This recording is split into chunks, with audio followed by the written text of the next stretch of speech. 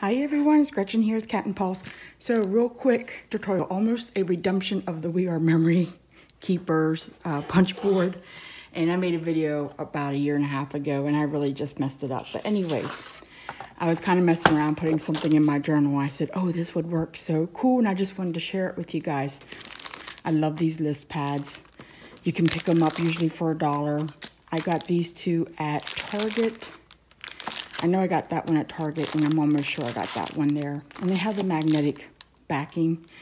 And then I picked this one up at AC Moore, and it has the magnetic backing as well. Anyways, forget all that. All you want is the paper. So I measured it, and you can see this one here is actually shorter. So you want to make sure you measure your pad, that way your paper works. And you don't need to use this memory keeper scoreboard. What is it called? The punch board to make envelopes. I mean, you can, if you know how to make the template, you could, but I don't know how. So I am going to stick with this one that says Happy Holidays. It was the most generic one that I wanted to put in my cool journal. I'm calling it my snow journal. So let me show you real quick. The measurements on this is 3.5 by 8. So I went to my punch board. I'll put that down here. And I looked at it. And again, I looked at the 3.5 by 8, and it told me, I don't think you can see that. Let me put my glasses on so I can pull it up here. I need to get a better setup for the overhead, but I just share the space with you. I'll put you up on my chair. So 3.5 by 8 is my paper size. It says card size in here. And so my paper size is going to be 9 3/8, and my punch guide is going to be 3 1/8. So I already cut my paper to 9 3/8. I pulled this out of that Recollections Gazette paper, North Pole Gazette, and I think it's going to be great with my other papers. And let's just go ahead and start punching. So 9 3/8 is my punch guide. Let me pull this out of here. So you line up with, oh, my punch guides, I'm sorry, 3 1/8. Yeah, you know, I'm still like, I'm always looking at it over and over again when I do this. So 3 1/8, it's right there. It's like, let me move some stuff out of the way. And then you punch, and you score. You know what? I did this last time too. I pull out this arm so I can keep my paper lined up. So we're at 3 1/8. I already punched it, and let me score it so that you're going to have your score marks when you're done. So you take that score you just did, you rotate it, and you're going to line that score line up with your notch over here. I don't know if it's like called a, I think it's called a score line A. And so you just line that up. I'm just looking for my score line. Sometimes it's easier to actually do it on the other side. I have it on the printed side, but no biggie. I see it. And then you're going to score line A again. And then you're going to rotate again and line that back up. Yeah.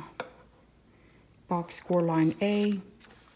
Last time I did this, I just kept measuring it, and my poor envelope came out so wacky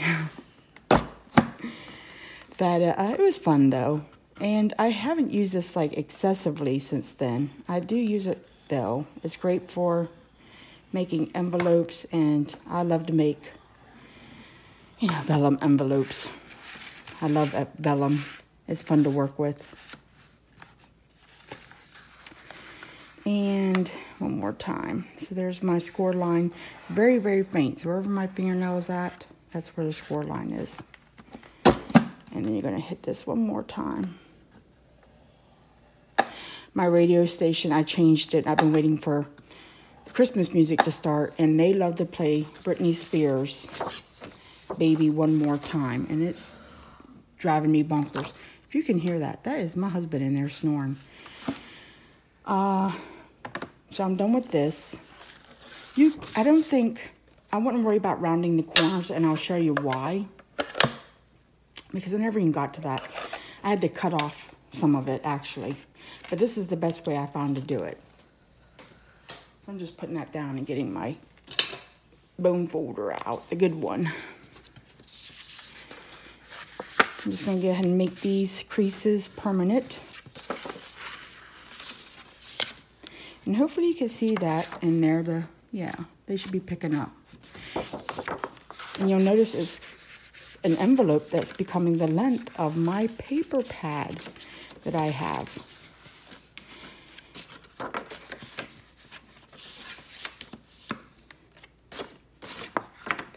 So all I did here, now you'll see that over, it doesn't work.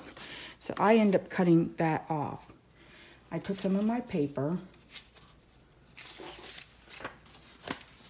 and I grabbed my stapler, you know, my little stapler with the multi-staple colors in it. It broke on me. It went away a while back. And then I just go ahead, see how that fits in there so perfectly. And I just kind of reached in there and stapled. I don't want to staple right on his face, so we'll staple off to the side. And you can do that so much neater, or you can use ribbon or whatever. And then, like I said, this hits. So you just want to pull your, unless you have really good, two things I can't do, draw and cut a straight line. I can't do either of them. So I always have this do the work for me. And I'm just going to shave off that. That's where you would normally put the rounder at on your envelope. And then I check it.